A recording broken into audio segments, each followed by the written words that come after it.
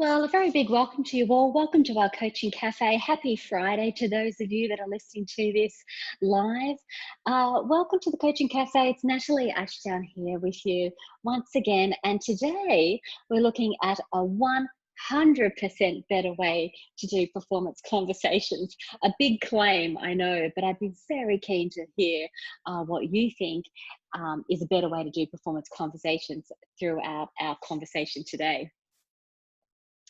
So before I begin, I'd just like to do our acknowledgement of country, and we acknowledge the traditional owners and the custodians of the lands on which we meet today and their continuing connection to the land, waters and communities of Australia.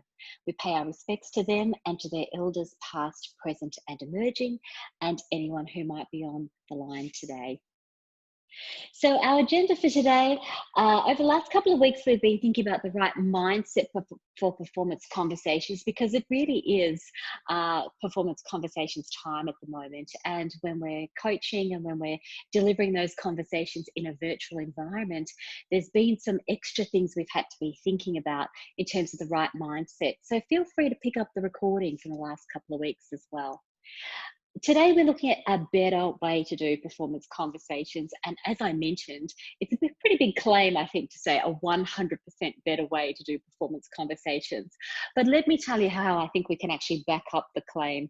And I know with the wealth of knowledge and experience of the coaches that we have on the line today, I'm 100% confident with your experience added into the conversation that we can definitely make this claim. Of course, we'll be focusing on coaching as we go along. For those of you that are new to the Coaching Cafe, welcome. Every time we get together, I say and I share with people that we're all about creating a coaching community. We're all about sharing our learned experience and having thought-provoking conversations. We come together every Friday to have these conversations, to keep our skills, to keep our learning and development up to date. So welcome if you're new. Feel free to interact with us in the chat box. So if you can pop your message, your comments, your questions into the chat box, I can pick those up and share them with the group as we go along.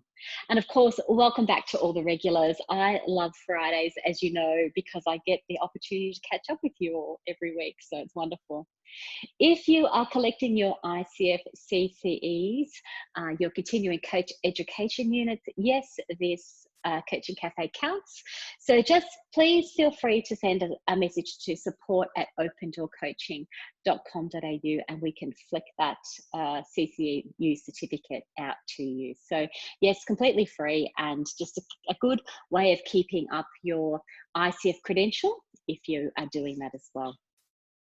Alrighty, well, let's take a look at the research and why is this conversation so important that we're having.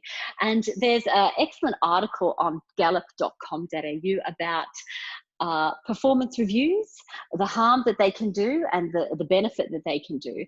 And it's very interesting because there's a number of organizations that I've read about and I've researched where they're actually getting away from completely this annual performance conversation sessions. So it's very interesting that the movement from that perspective. But when you look at the research, and I like to go to Gallup because a lot of their research is quite well. It's current and it's happening all the time. And they suggest that only 14% of employees strongly agree that their performance reviews inspire them to improve. Only 14% tick the strongly agree box that their performance reviews inspire them to improve. So I'm thinking like 14%, it doesn't take much actually to get a big uplift in that number. And then of course, then we're looking at better ways of doing that. The research also suggests that only 14.5% of managers strongly agree that they're effective at giving feedback. And that, of course, then has an impact on the performance conversations this time of year that we're actually in, when we have to review people's performance and we have to potentially give them some feedback. Now, if you were listening to our last Coaching Cafes, you will know that we actually recommend ongoing regular conversations, and we'll talk about that rather than just the once a year approach, of course. Taking part in performance evaluations costs 2.4 million to $35 million a year in lost working hours for an organization of about 10,000 employees. So when you think about the costs that we're investing in actually having performance evaluations, it's a significant cost, a significant amount of lost working hours. If you think about the fact that a lot of those performance conversations, the performance reviews, are not giving the value that they need to. So the research is very interesting to talk about why we actually need to find a better way, and how we can actually approach that. You can jump into the chat box and let me know what your opinions about these are as well. So we've talked about changing our approach. Gallup found that when managers provide weekly feedback to their team members versus annual feedback. So we've been talking a lot about these regular conversations that we're having in the workplace, regular feedback, regular opportunities to talk. Gallup actually found when they did the research that when managers provide weekly feedback, team members are 5.2 times more likely to agree that they're receiving meaningful feedback. Here's our massive uplift in performance that we're talking about. They're 3.2 times more likely to strongly agree that they're motivated to do outstanding work. So a weekly catch up where we give and receive feedback around performance, 3.2%, 3.2 times more likely to strongly agree that they're motivated to do outstanding work. And a very big one, I think, a big number, even though it looks small on the screen, 2.7 times more likely to be engaged at work. So doing that regular feedback, having that regular conversation, 2.7 times more likely to be engaged at work. And that's where we can actually make that big claim, 100%. We could actually say 270% better way to do performance conversations just in those numbers alone. So we have been talking about moving away from an annual event to more regular conversations where the conversations are dynamic, where they're regular. We've been moving away from lack of preparation to where the team member takes responsibility. And so it's not only the manager's responsibility. So there's a lot of great coaches on the line. I know you're coaching your managers to have great conversations. So we're coaching managers to coach their people, and we're also coaching them to enable the team member to take responsibility. We're moving away from that kind of lack of enthusiasm to breaking down those conversations into manageable chunks that really encourage communication and feedback amongst people.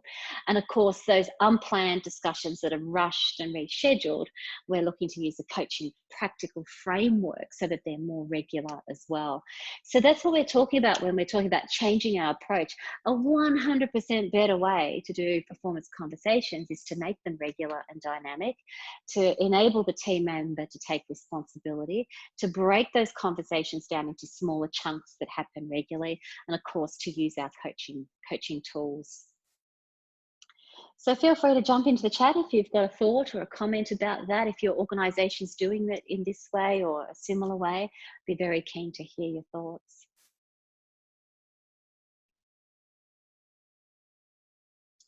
We talked about also about the right mindset and moving our mindset away from remedial discussions through to coaching conversations.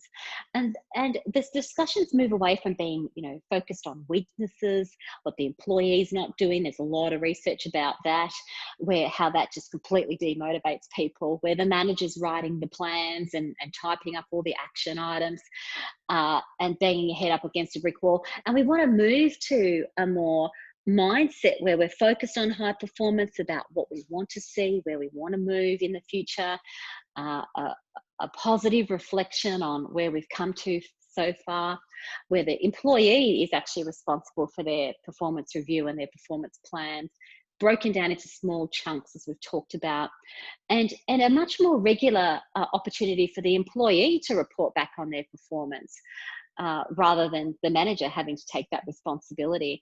So we're trying to move to this this view of the world where accountability, responsibility, confidence, and motivation sits with the manager that we're coaching, but also with the subordinates or the employees or the team members as well.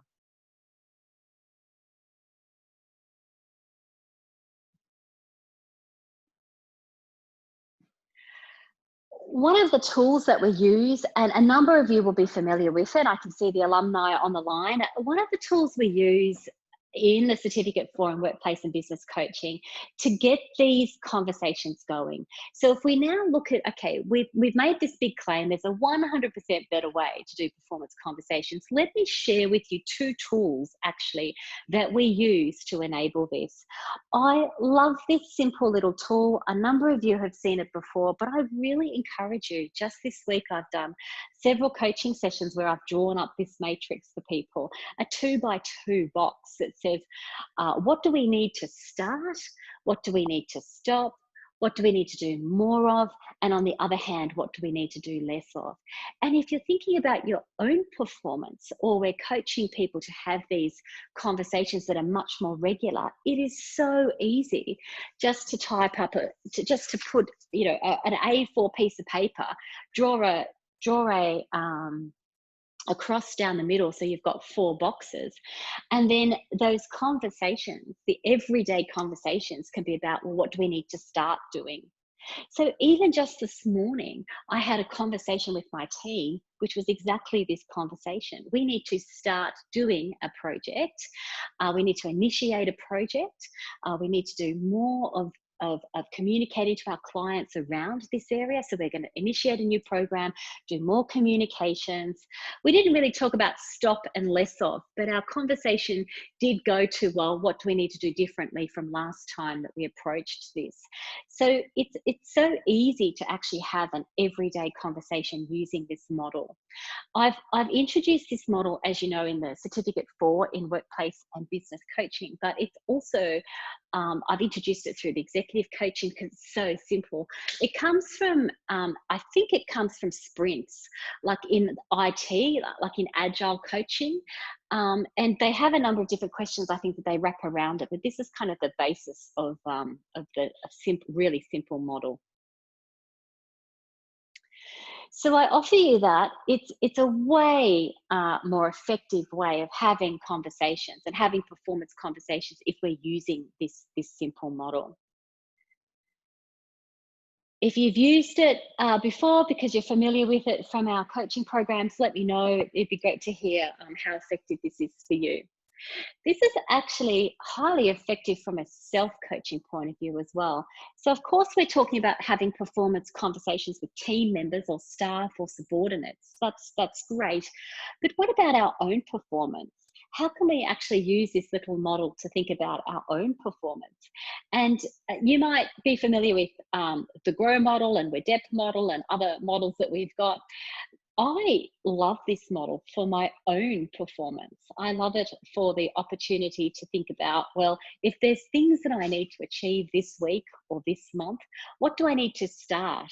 What do I need to stop? What do I need to do more of? What do I need to do less of? And once we get into that routine of thinking this way and implementing this way, things that are happening within our sphere of influence, we can start making it more of a difference around that as well. So it's not just for better performance conversations, it's for better performance in ourselves as coaches, as leaders, as managers. You can even do a short, sharp one if you're procrastinating, which is exactly what I did yesterday. I had to look at a tender and I'm like, ugh, I slept through all those tender documents. I actually enjoy writing tenders. I like the opportunity, to talk about what we do and how we can respond to the needs that are set out in the tender. But you got to go through all this paperwork and read all the addendums and blah, blah, blah. And I was procrastinating. And I just said to myself, what do you need to start doing? What do you need to stop doing right now? It's a really kind of in your face question when you're asking that question of yourself. What do you need to do more of? So I shut down, turned off things that were getting distracted, and I did more of reading the addendums and less of mucking around, less procrastinating, and then I started actually writing the document. So it's great when you've got big things to work on. It's great when you might be procrastinating on things. So if you're thinking about bringing this Friday home and you want to smash out a few things before you call it for this afternoon, I would do a little start, stop, more of, less of. Alrighty.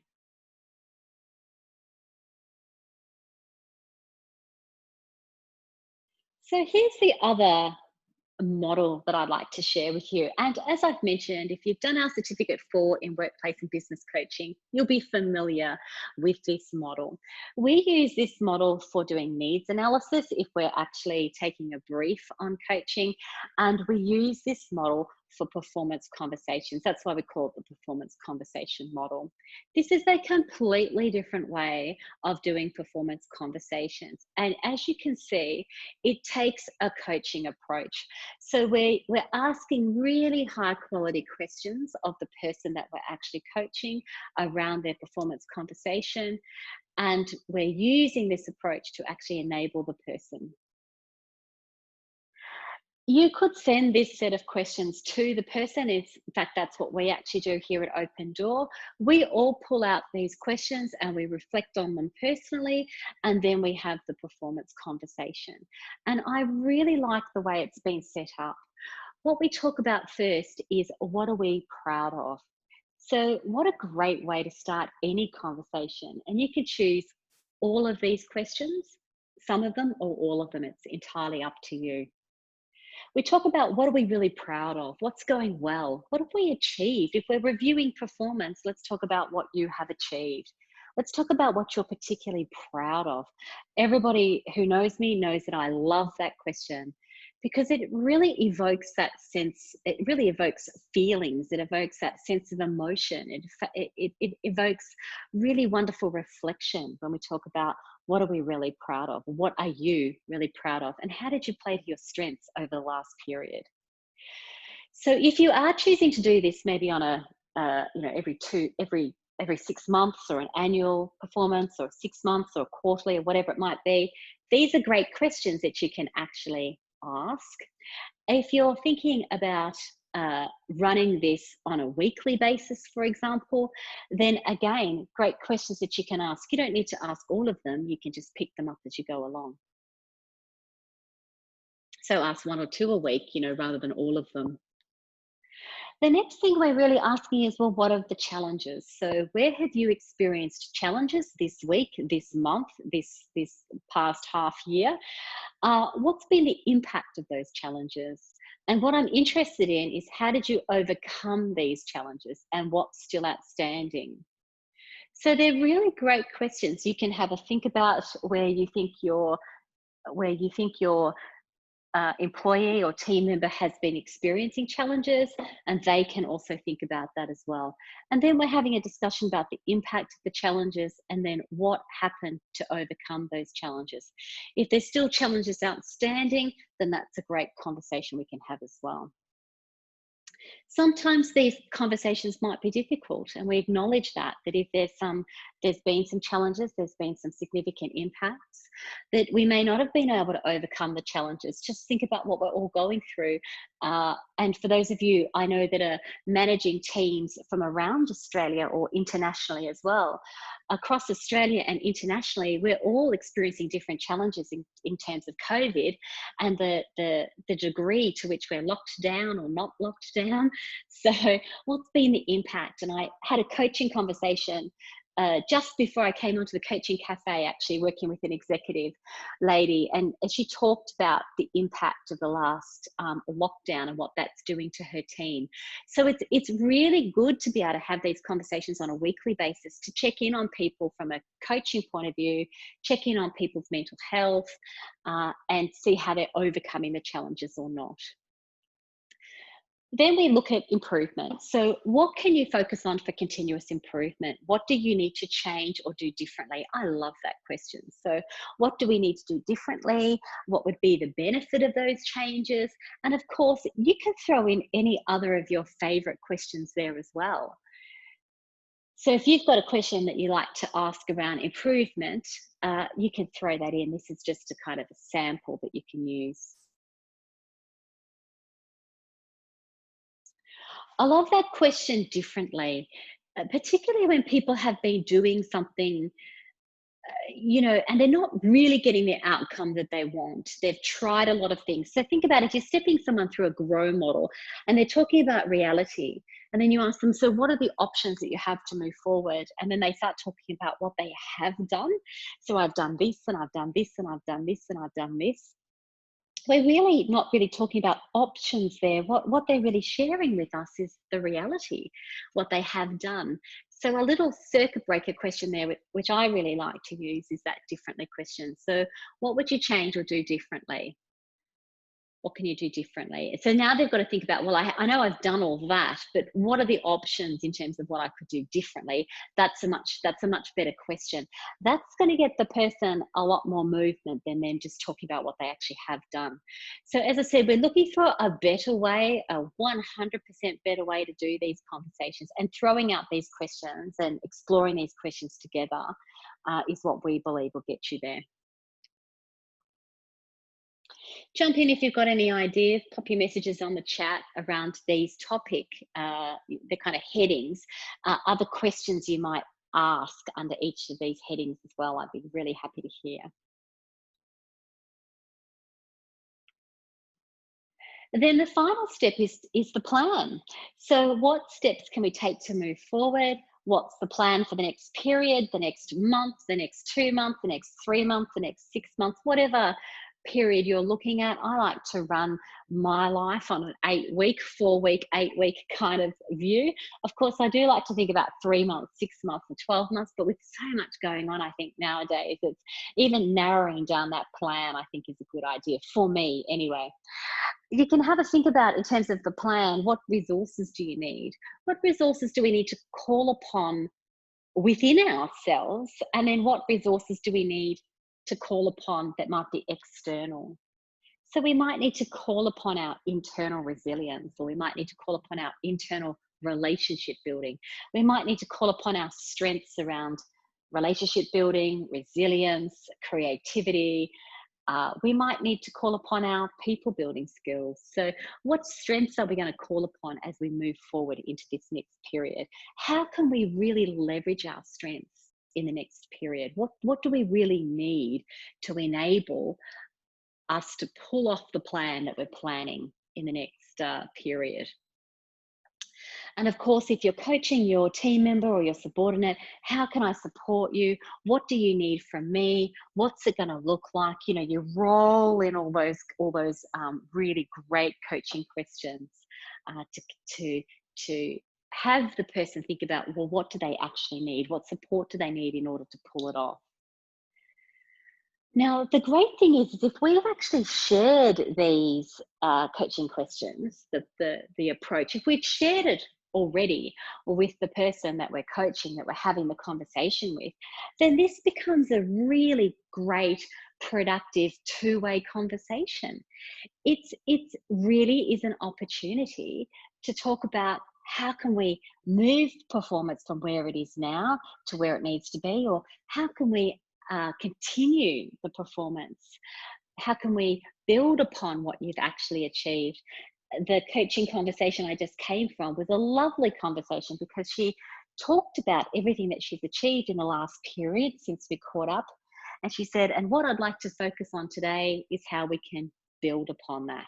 So a terrific conversation in terms of has performed and has achieved quite a lot in the last period, and now is looking to build on it. So anything we do from a coaching point of view, where we're encouraging the people we're working with to think about how can we build on our successes, how can we overcome those challenges and impacts, how can we continuously improve, what does it look like, what can you do, what can I do, where do you need support? All of those really great coaching conversations, a two-way conversation there is I 100% believe is a way better way of doing performance conversations.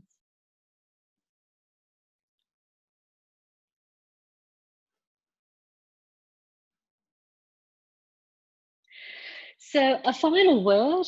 Feel free to pop any messages in the chat box. You know, I love Dilbert cartoons, and here they are sitting around in the lunchroom. For those of you that are listening, rather than seeing this online, the staff are sitting around in the lunchroom, and one of them says, "I got a text message from our boss. Keep up, WRK. Keep up work." That's the text message. And he says, "What does that mean?" And Dilbert said, "You just got your annual performance review." So if you type into, if you type in Dilbert on performance conversations or performance reviews, you can just have a lovely, a lovely little break, a lovely 10-minute break, just enjoying and laughing and pretty well shaking your head. I reckon you're just going to be going, "That is so true." Oh, very good.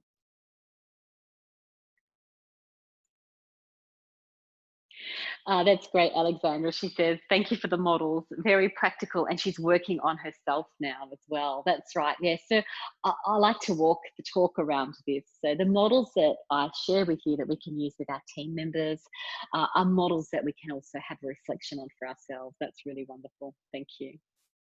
So there you go. These models are featured in our Certificate for and Workplace and Business Coaching program. A number of you have done the program. And they're also featured in our Leader as Coach program. So if you want to support us and you've got team members, managers, supervisors that really need to get a leg up in terms of their coaching and their approach, we are using these models in the Leader as Coach program. So that would be a great opportunity to enroll them and get them some skills there. And the other thing that we are really sharing, we're very passionate about mental health first aid. And this is a really important, it's always been an important time to think about people's mental health. But the mental health first aid course actually gives an opportunity. It gives a really fantastic model. It gives us the confidence to have conversations around mental health.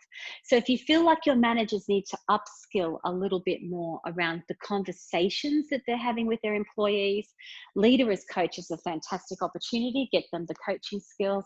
And then if they need more assistance in how they have conversations around mental health, then the mental health first aid training is a really great example. We've just run a couple of big groups actually, and it was really wonderful the feedback we got. People rated themselves on a scale of 1 to 10. They rated themselves as a 3 in terms of how confident they were to be able to have a mental health conversation, a conversation with someone around their mental health. So before the program, they rated themselves as a 3. After the program, they rated themselves as an 8 across the group. So we delivered the program to, I think it was like 36 people or something like that. And the average was rating themselves after the program as 8 in terms of feeling confident. So there's a number of ways we can support our managers, our teams, our supervisors at the moment to give them the right skills. And of course, that's the way you can support us as well. So I hope you've enjoyed our thinking. I hope you will agree with me that the coaching approach that we all take, because I can see how many great coaches there are on the line, I think you would agree to me that that claim that we make as coaches, that there's a 100% better way of doing performance conversations. If we take that a coaching approach, I think you would agree with that claim. So thank you all for joining me on the line. I look forward to catching up with you. I will be away for a couple of weeks because I'm delivering our Certificate for and Workplace and Business Coaching. But we have a really great Coaching Cafe coming up with Bridget, and then another great Coaching Cafe coming up with Nick. So continue to check in with us, continue to join us on our Fridays, or pick up those recordings afterwards. And I look forward to catching up with you in a couple of weeks' time. So thanks, everyone. I'll say goodbye for now. Enjoy your coaching.